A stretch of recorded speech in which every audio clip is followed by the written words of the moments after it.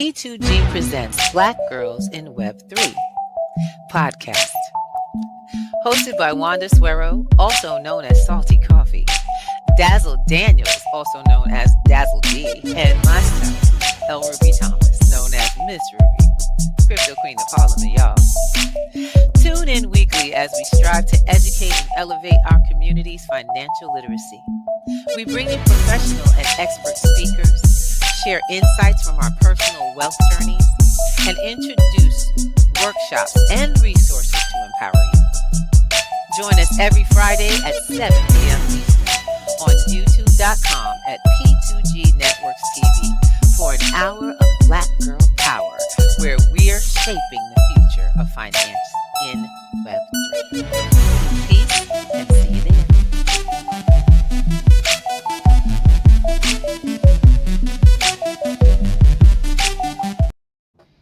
Oh, I'm going to miss that. Welcome, and good evening, everybody. Welcome to Holistic Web3 Wealth Radio, formerly known as the Black Girls in Web3 Friday night conversation. Don't worry, sister girl, coming back. All right, I'm your girl, El Ruby T, and I'm here with some of my ladies. Let's go. Miss T in the house. What you saying? Hey, it's Friday night, and we ready to make it right. Come on, let's party, y'all. I'm ready. All right. And we got Miss BK Bruja Labs up in the house. Let's go. What it do? We in here again Friday night.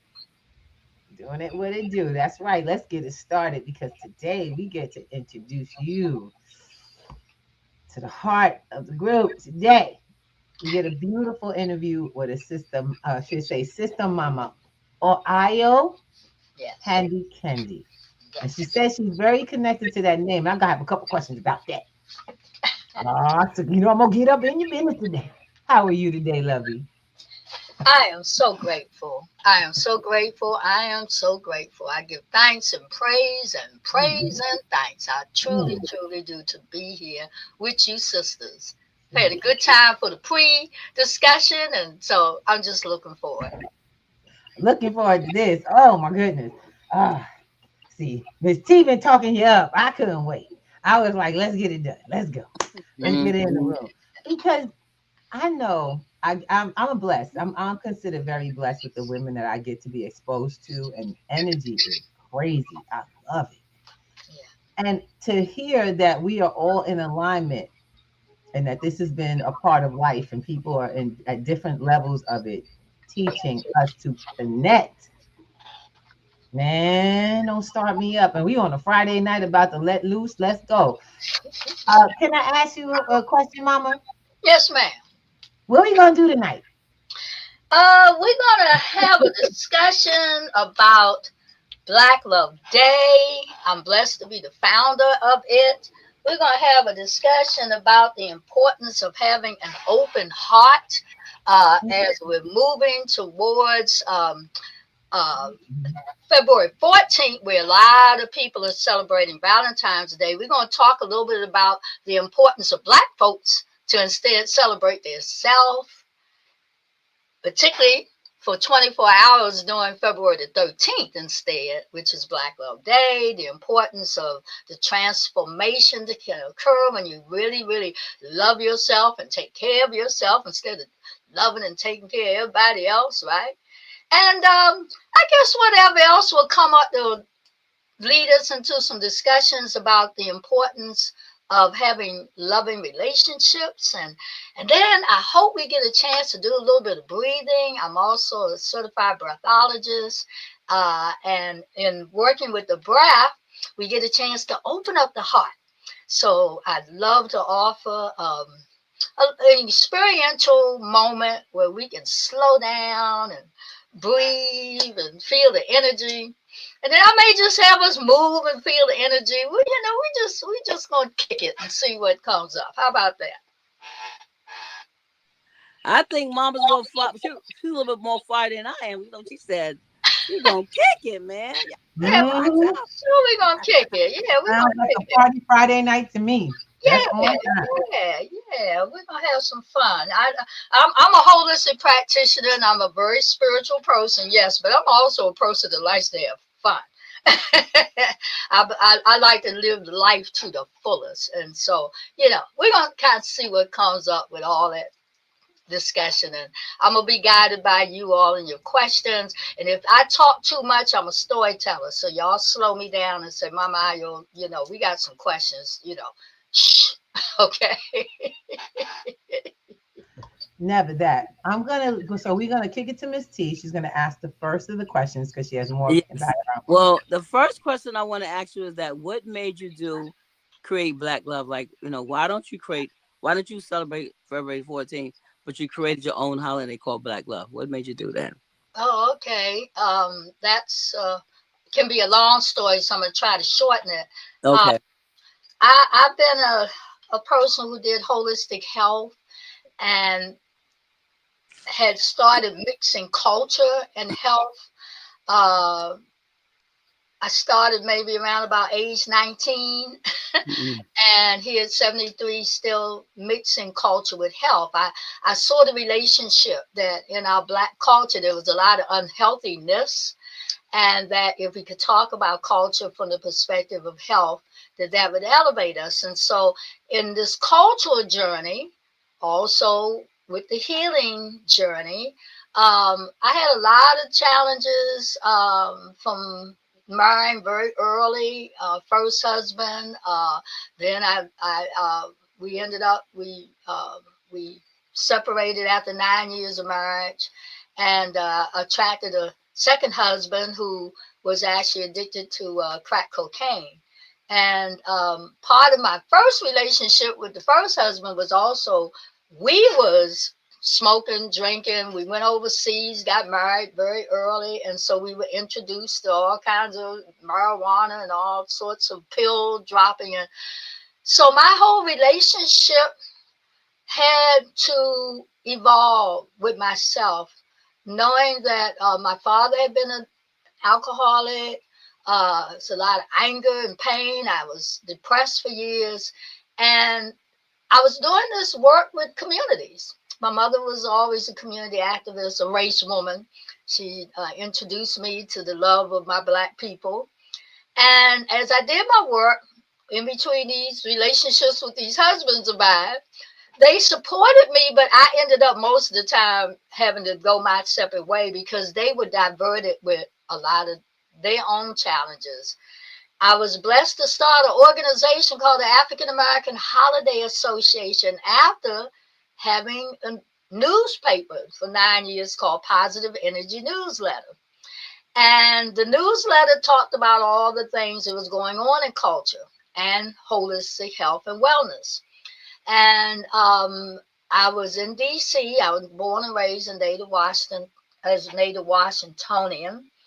So in D.C., we were the hub of that cultural period in the early 70s. And so I went to my first Kwanzaa program in 1970. We devoted the newsletter to helping people to know more about their culture and how it connected with their health. And then also their wealth too, because we talked about how culture also a great part of our health and our wealth is going to translate into, how we show up in our communities. So we made all those connections. Years of doing that work, we started an event called the African American Holiday Expo. I was asked to be on radio and TV talking about culture and health, doing Kwanzaa demonstrations. And, in between all of that, I was quite an imposter. I was going into the back rooms of some of these places and snorting cocaine and drinking and carrying on. And then coming out, and, I'm Mama Ayo, this cultural guru and this holistic health practitioner. Learned a lot of breathing techniques in those early days. And this long story really goes into eventually, as I was being this imposter, I had to recognize myself. I had to come to grips with, why do I keep attracting addicted men in my life? because I was still dealing with my own addictive inner self. Why was I always so angry and mad at my dad? Why was I having these dysfunctional relationships with these husbands who would come and touch me inappropriately, and or corner me in rooms and I come out fighting, you know? And all of this led me to the self-discovery that, there was some issues with me. And in that process, I can remember very clearly that I lost a son who was hit over the head and left in the street. Me and the first husband and the second husband had to make the decision about taking him off of a life support machine. I made a greater dedication to the work with breathing. 2 years later, my dad died. I made a greater dedication to working with other people around the aspect of the breath. And I made a greater dedication in the name of my son, Rashid, that I would breathe with other people, because I saw the correlation between real life and real breath, and put him on the machine or keep him off the machine, and we can keep him on the machine and he can live forever. And we said, no, we're going to let that young man go home. The long story is that I went right back into my work. I went right back into the this anger. I went right back into still making this image to the public, but inside of myself, hurting. And it was through that hurt and that pain, I took another breath session, maybe around about age 45 or so. Maybe that's now 40 some years after my first breathing session at age 19. And now I've sent both husbands. The first husband actually has passed away now, about 3-4 years after my baby died. And I attracted the other husband who was addicted. And after struggling with him and domestic violence and trying to get him to stop smoking and doing all that he was doing, I literally took a course. And in the course, I saw that I actually had been abused by my father. And that was where all that stuck anger was. And so I started releasing. I started letting go. I started feeling a whole new energy. I started allowing myself to allow this anger and pain. And I fought and scratched and cursed him out and screamed and hollered and, And so I started feeling 100% better. I started not wanting to drink, started not wanting to drug. I started forgiving him, forgiving the 2 abusive men in my life. And I went to a movie around 1993, and I went by myself. I was feeling blue. I don't have anybody in my life, but I said, I'm going to treat myself to a first of the year's New Year's movie. Mm-hmm. And it was real hot that day in D.C., January the 1st, where it's usually very cold. Mm-hmm. And I remember still today, I went to see the movie Malcolm X. And watching the brothers shoot down my hero, and the graphic scenes of the men jumping all over the chairs and Sister Betty holding Brother Malcolm, it was so moving to me. Here I'd lost a son in the streets to violence. Here my first husband, here he's passed away. Years and years of the self-violence that he had inflicted on himself. And watching so much in my community, drive-bys and all the ways in which, we don't take care of ourselves. When I saw that graphic, I just asked the question, and I asked the question to the Creator.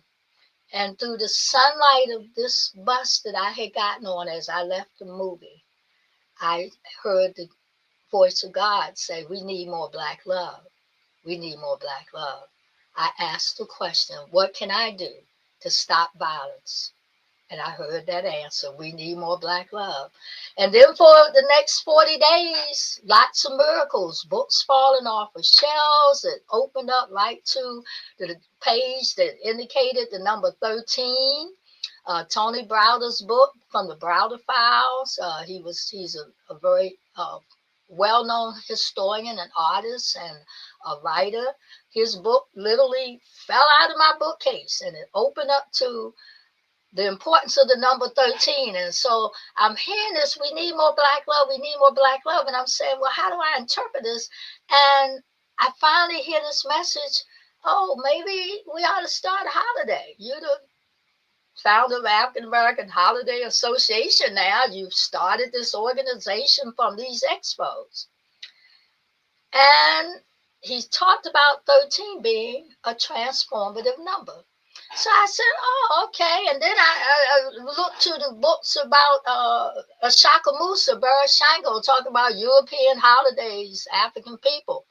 And, you know, I had been talking about him for years, right? But he had already made the case in my awareness that, you know, here we celebrate everybody else's culture and everybody else's holidays. And we spend all this money and then we feel all depressed and bankrupt. And so I had done workshops and lectures, you know, so I was already in the holiday mode and the awareness of how holidays was affecting the African people. So I thought about this. I said, no, the Creator knew what she was doing. He pointed this to me that maybe that's what I should be doing, having a holiday. There would be an alternative to Valentine's Day. A lot of violence. I like the fact that you bring that up, that we should have something that we reclaim ourselves to have our own holiday and reclaim that energy of love. Yeah, and you talked about a couple of points that I think are just, you know, I don't want to glaze over them because I think it was something very important that you said about even just the engaging of breath work, right? And just even what you said, how you had to make a dedicated commitment to that. Yes. And I just wanted to ask, just in your opinion, because, you know, we're going through times and where the world is changing. We're seeing people so adamant about, you know, just anger and frustration and anxiety, and the fabric of the world that we live in right now is changing so much. Yes. What would you say would be some like, you know, like maybe some ways that you would encourage our Black people to, one, engage more in self-love? Like, what does that look like? And what would be some like maybe tips you would give them to start moving in that direction for themselves? I know mothers are always like, oh, I'm too stressed. I don't have the time. Yeah. What are things that they could, you know, possibly start moving in that direction? Well, definitely come to a Black love relationship ceremony. That would be a great thing to do. Spend February the 13th, which was the date that we chose for Black Love Day. And we came up with the concept that we wouldn't just do what you do on Valentine's Day, give little trinkets and say, I love you. But instead, you would spend 24 quality hours showing love for the Creator, for ourselves, our Black family, our Black community, and our entire diasporian people around the world. And these tenets, we call them loving acts, really was about, if you talking about love, you can't love anybody until you love yourself. So how I would encourage people would be to, you know, really check out what Black Love Day is about. It's a very simple, beautiful concept that has gone global after that first Black Love Day. 40 days, we had our first Black Love Day.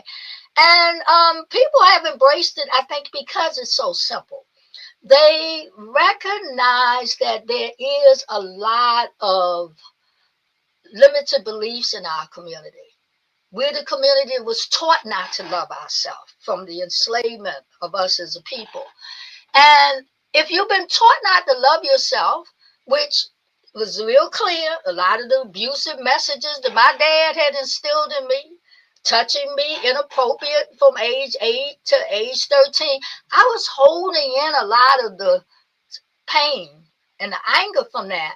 But I was also had been really physically and verbally abused. And in our communities, a lot of our children physically and verbally abused before they even come into the womb. So to start, the breath allows us that scream that I didn't do in those rooms. It allows all of us from an intergenerational perspective where We have passed down the pain, the anger, the limited screams that we have not done. We have also passed down a lot of the not taking care of ourselves because we really weren't allowed to do a lot of taking care of ourselves. That sister won that award from just saying in the movie, I want some soap. And the way she said that, it was so vulnerable, but it was so poignant. I just want to wash myself and take care of myself for a minute. You know, we weren't taught to do nothing with our hair. Just let it be matted and have lice in it. There's so many different ways to pour food, to the being abused on a continuous basis, spiritually, mentally, and physically. So the reality is that if we want to start looking at our own self in the mirror, which is what I really ended up doing. I looked at myself deep and full. I said, you know, I looked at myself one day. I said, something wrong with you. You present this outer appearance that you got it out like, all right. But in my real heart of hearts, I said, something wrong with you. You need to really find out what's the root of what's really going on with you. And I went on years and years of self-discovery, and I suggested people get real with themselves. Can't love anybody until you really love yourself. And it's not just saying it. It shows up in how you attract people who don't treat you as good as they should be treating you. And then you accept all that abuse and call that love. And then you look at yourself and you do things like, you know, one of those simple things I had to accept. I knew I needed to be taking vitamins. Here, I'm a holistic person. I'm talking about holistic health to everybody else, but then I won't take the vitamins. That's my lack of self-love for me. That's my programming that said, you know, somehow or another, you didn't internalize that. So the breath, coming back to the breath, first thing we do, we come into the world. The last thing we do when we leave this world. And everything in between is made better by the way that we breathe. And more often than not, we don't breathe. If we're around people, we're holding our breath, that says a signal about a lot of the lack of self-love, self-attention, maybe some abuses that happen. We're just not living. And my son's passing in the way that he did, it made that connection, that aha moment that if we're holding the breath and, you know, you're going to have him plugged up in a machine, he's not living. And most of us, honestly, we hold our breath a lot. We overbreathe. We get over anxious. There's so many dysfunctional ways that the breath becomes the life force. That if we can go back to breathe better, we can change our life. I agree. Change our breath, we change our life. I agree with you, Mama Al, and I'm gonna send it over to Miss Ruby. But I went to 2 Black Love. The first Black Love, it was like, what in the world did I come into? Because it was so powerful and so healing. And she gives you like confessions, to say during that time. And it shakes you because you know that you haven't been, having that kind of love and just the stuff that she tells you. And then, she lets us yell, like we be yelling and we do all kind of stuff. Yeah, but it's shake. powerful. We shake. Like, Yeah. It's a powerful, powerful. It's on February 14th. And it's powerful because it just shows you so much about Black love that we have not ever experienced. And Ms. Ruby, I want to go to you next, dear heart. Yes, ma'am. Yes, ma'am. And it's always February the 13th, no matter what day February 13th comes on. And then, of course, because Valentine's Day is the next day, we get lots of people who are still saying, well, I miss Black Love Day. And we say, no, Black love, the tenets of Black love, the value system should be celebrated 365 days of the year. So we be talking about Black Love Day all into the whole year, I was going to ask. Yes, ma'am. It sounds like, for what it sounds like, and I'm glad you said that, because it sounds like something we need to start visiting every day. That's right. When you said tenants, I was like, yep. It's the actions we take with each other. It's like being taught how to be grateful and thankful. It's not thanks. They talk about Thanksgiving. I said, well, the ideal of Thanksgiving is not one day, it's every day. It's everywhere. If you even if it's then you're right. If you, I love how you say European holiday, African people with European holidays. I say, oh Lord, I thought I was the only one didn't realize. I said, wait, I keep wondering when we did our holiday show to point out where the origins of holidays were. I noticed none of them came from the homeland. Most of us are practicing from. No. You look at that history. I mean, every single commercial holiday that we celebrate, it's nothing really of an African centered perspective. And so, African American Holiday Association for me, we chronicle the history of holidays. We talk about holidays and how they disempower people of African descent. You know, you running around spending money because you're programmed by the media to buy, spend. You're running around talking about feeling merry, and most of us, we're not feeling merry. We don't have the money. We're overspending. We're over drinking. We're over sexing. We're over gambling. We have all these dysfunctional relationship issues, right? Because sisters are saying, hey, you ain't giving me something. And the brothers are saying, you know, well, shoot, you ain't giving me nothing. You know, so it's a lot of I want to get as opposed to I want to give. Thank you. Yeah. Oh, amen. Yeah. So it's a lot of heavy stuff that happens in every single holiday celebration that is of European descent. And I got the inspiration, and we need to turn that message around. So I would do that lecture. People would be up there, yeah, sister, yeah, sister. So brothers started following Black Love Day like in droves, because they were so happy that, they didn't have to give nobody nothing to show their love.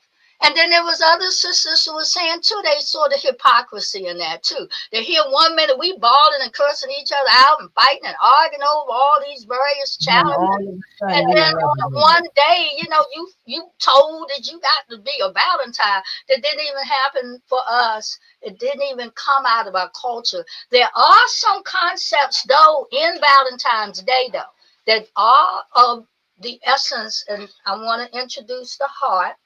And this is really the symbol that we see for Valentine's Day, except that it's a closed heart.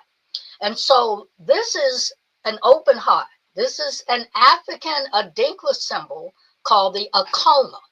And the Akoma, Akoma, the Akoma is actually the ancient symbol for the energy of the heart.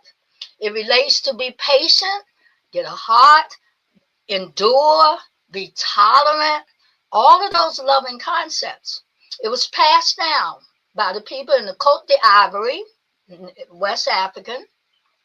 And as this heart symbol was woven into cloths, the symbolism into so many of the motifs that we see, like the Ankh, Sister Teresa saw my Ankh, and the various J. M. Yami, the Sankofa bird, all these symbols. When we show these symbols, we actually internalize it within our beingness. And so by the 13th or 14th century, the Europeans had taken our African-centered open heart, coma, and they closed the spiritual essence of an open heart. And so now you're talking about 13th century all the way up to where we are today. Europeans now have co-opted our African heart. They'd have made it a closed heart. And what does that really imply symbolistically? Yes, we are a closed heart. And the closed hearts don't flow. They don't. They do not. They don't. Symbolically and even physically. They don't manifest the blessings of what the Creator can give into an open heart. You know, they even say in the Bible, you know, a hardened heart. Yeah, a closed heart is a hardened heart, right? Wow. Or even the principle of Ma'at, right? The feather in the heart, having to have a feather, you know, your heart lighter than the feather, and based on the things that you do and the karma and the dharma of that. So Definitely. Mama Ayo, I mean, we could spend all day with you. I know you got a lot going on, but I just want to just briefly touch on because I know you had something you said you do for those who are over a certain age too, because we have so many different people within our genre. And I know we can't really talk about too much of it, but just some self-love tactics and things that you were talking about, some of the practices that you have for men and women, at certain ages and in different ranges in their love journey. Just if you could touch on that. Yes, ma'am. So, the whole thing is about love, right? Love is a vibration, it's transformative. And so I encourage people to spend a lot of quality time on Black Love Day, but also beyond. Touch yourself.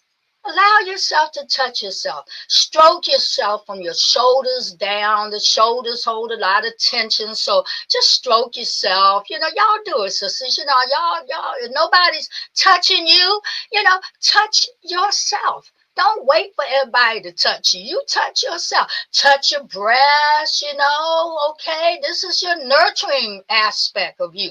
If a man touched those private parts, all poor brothers were, soon as they were old enough to start going to the potty, people are telling them, oh, don't touch yourself. Don't touch yourself. But gosh, what are you going to do? You got to go to the bathroom. So touching yourself is a natural thing to do, right? So touch yourself, allow yourself to feel the energy of self-caring for you, right? It's through touch. We die if we don't touch, and we shrivel up if someone doesn't touch us, okay? So touch yourself right off the page. Allow yourself to, I say, put one hand on your chest right here at heart level. Take the thumb of the opposite hand, touch right there at your belly button, your navel, in the concept that I created called Optimum Life Breathology, OLB. We call this stance form number 1. And form number 1, we get to put the hand right there at heart level, and we allow ourselves to just close our eyes and just breathe into the center of our chest and ask our heart, what is it that I need to know about my self-care, my lovingness, my beingness? What is it that I need to know that my heart's been trying to tell me? Creator speaking through my heart into me and allowing me to be more of a loving self, a nurturing self. What do I need to change? What do I need to hear? And just allow yourself to just shh and listen and allow the breath. Move the breath in and move the breath out. And easy and effortlessly move the breath in and move the breath out.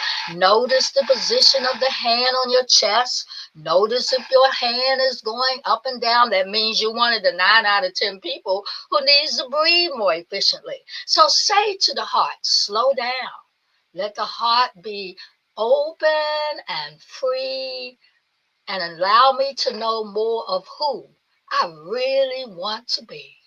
And just listen to that heart vibrational energy and just breathe into it and give thanks for it, because your heart really is a powerful center of awareness.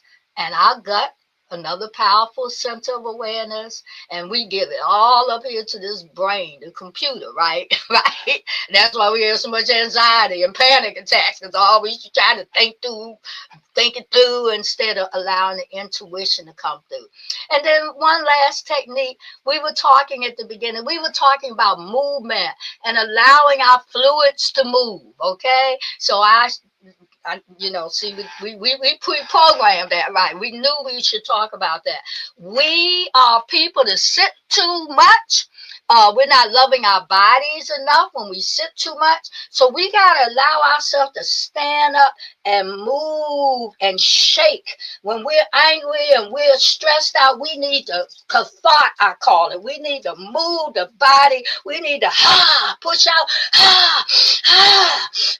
throw the crap off, and we need to allow the release sometimes, and just scream, sisters and brothers, and just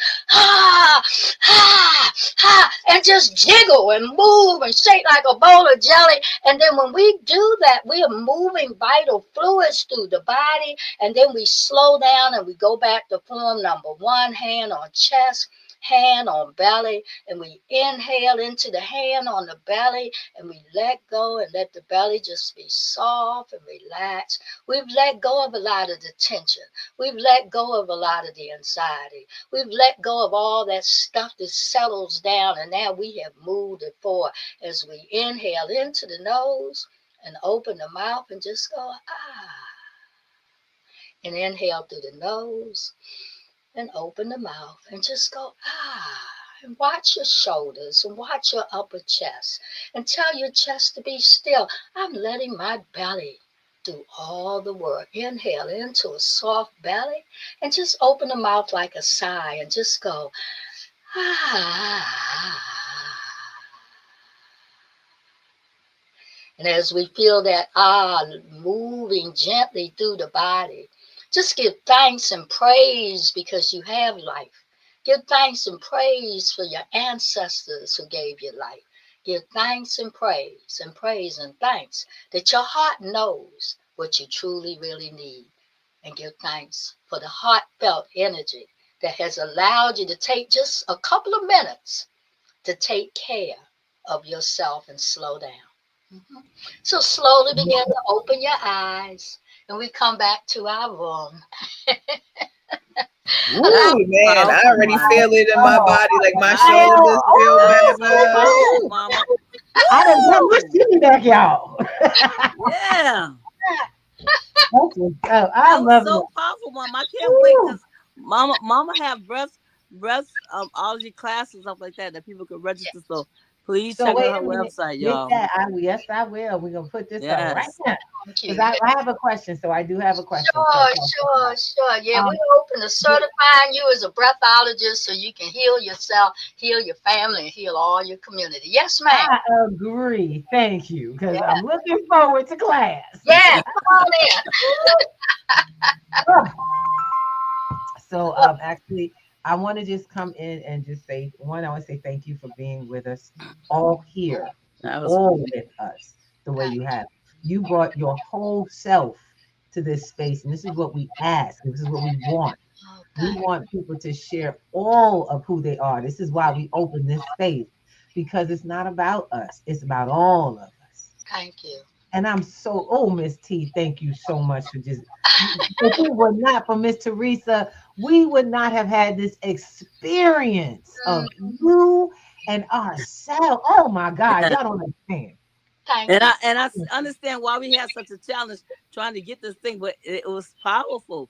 It was needed. That was the adversary trying to think he got the power, but he ain't got no power because we gonna do it. Yeah. Well, isn't it great to be superheroes with or without a cape, and it just happens the way it does because divine goddesses always know how to make magic. Okay, that's right. We always get it done. So I want you to share with us a little bit about the Positive Energy Works website and how people get there. Okay then. Positive Energy Works. One E that connects positive with energy, and then works S on the end.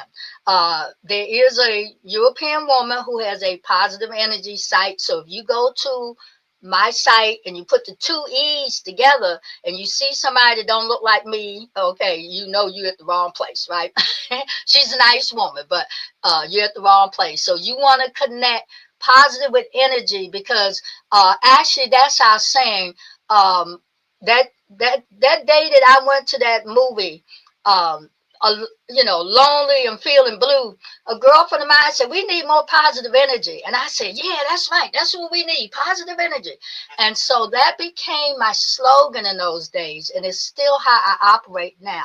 That positive energy works. That if you breathe better, you will have more positive energy. If you think positive, you'll have more positive energy. And it will energize your whole being. So you want to go on the site. You can go on my site, which I'm so grateful to say, is that when you go on the site, there's a thing that says breathe along with me. So yes, I do certify people. I have workshops, I teach, but I come from the perspective that the Creator gave us the breath of life. We'll have it until we leave, and the Creator says it's time to go, and takes the breath in a different direction and transcends it on high. But it came to me that I should offer the opportunity for the many people in the middle of the night who are struggling to breathe and can't go to sleep. The people having panic attacks and they can't get off of a bridge or out of a parking lot because they're scared, it's right, a person who's vulnerable in their home and feeling attacked for whatever way that we can feel attacked mentally, spiritually, or physically. So my breathe along with me, if you scroll up, you'll see on the top bar that that's available 24/7. It's free. If you give a donation, we appreciate it. If you don't, just come on and breathe along with me. And there's a number of tutorials there that you can actually open, utilize, and we talk about why breathing is important. But if you scroll all the way down, you'll see some of those tutorials. That piece talks about why breathing is so important during these stressful times. You go further all the way down toward the bottom, you'll see the breathing on with me concepts. Here they go. They're coming up. That's me breathing with some folks. And then go further down. And I say practice with the videos. So this was a way of recreating me when I'm not around. So 9 out of 10 people are breathing inefficiently. We're all breathing. But this tutorial relearns us how to breathe, which is my signature training. When you relearn how to breathe, you can get 20 or more quality years of life. You have more energy and stamina, and your skin glows better, and you don't need to eat as much. And you lose weight at your middle, and so many valuable things. We stop putting our health at risk. So we start right off with the concept of deep breathing, which is the diaphragmatic breath scientifically. And so that teaches us how to relearn how to breathe. All of these videos show me breathing with somebody, and you can recreate just what I showed right at home. And then go further down, you'll see us breathing where you only have a minute. Just if you breathe for just a minute, you get that respite. You relax the nerves, you calm the mind. Alternate nostril breathing is good for balancing the right and left brain. De-stress breath, which oh boy, do we need that right now with planes falling out the sky and our dear so-called administrator and all the stuff he's doing. Just turn it on the news.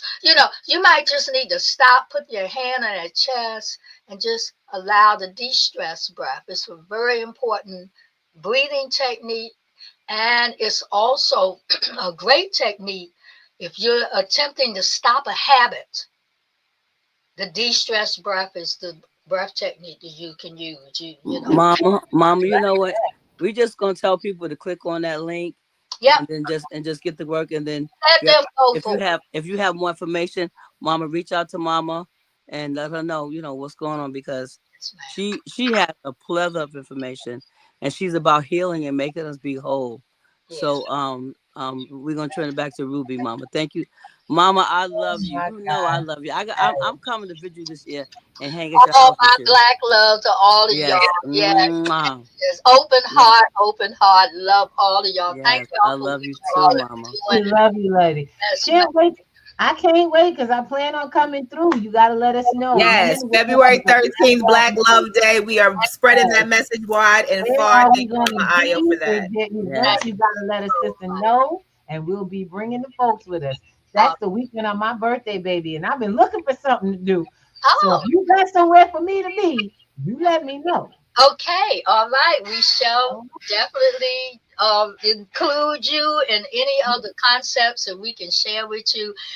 We have 2 websites. We have the PositivEnergyWorks website. We're having a global broadcast on Black. I love it. So the whole relationship ceremony, you can bring your pains there, and online we're going to be releasing the stuff, right? All right. And then for the first time in DC since COVID, we're having an actual physical relationship ceremony. This reconciliation is powerful. You release all of this, the need to And love are you ourselves and forgive doing events on ourselves your or site? someone else. So if you go on the website, Positive Energy Works, you'll see all the details. And that's in the section called upcoming events. Upcoming events. So thank you so much, Mama Ayo. And definitely everybody check out her links. I know we have had a great show, and just so much positivity and love to you in your future endeavors. Ashe. Yeah. Love. So and with that, we say thank you, everyone, for being here with us. We hope that you got a portion of what came here through this gate right here. And we thank you all for being with us. We'll see you next week on the wonderful health. What are we now, girls? We are the what? Holistic Web3 and Wealth Radio. That's what I'm talking about. So make sure you come on back and get a little bit of that holistic. All right. Yes. We'll see y'all soon, baby. Blessings. Bless.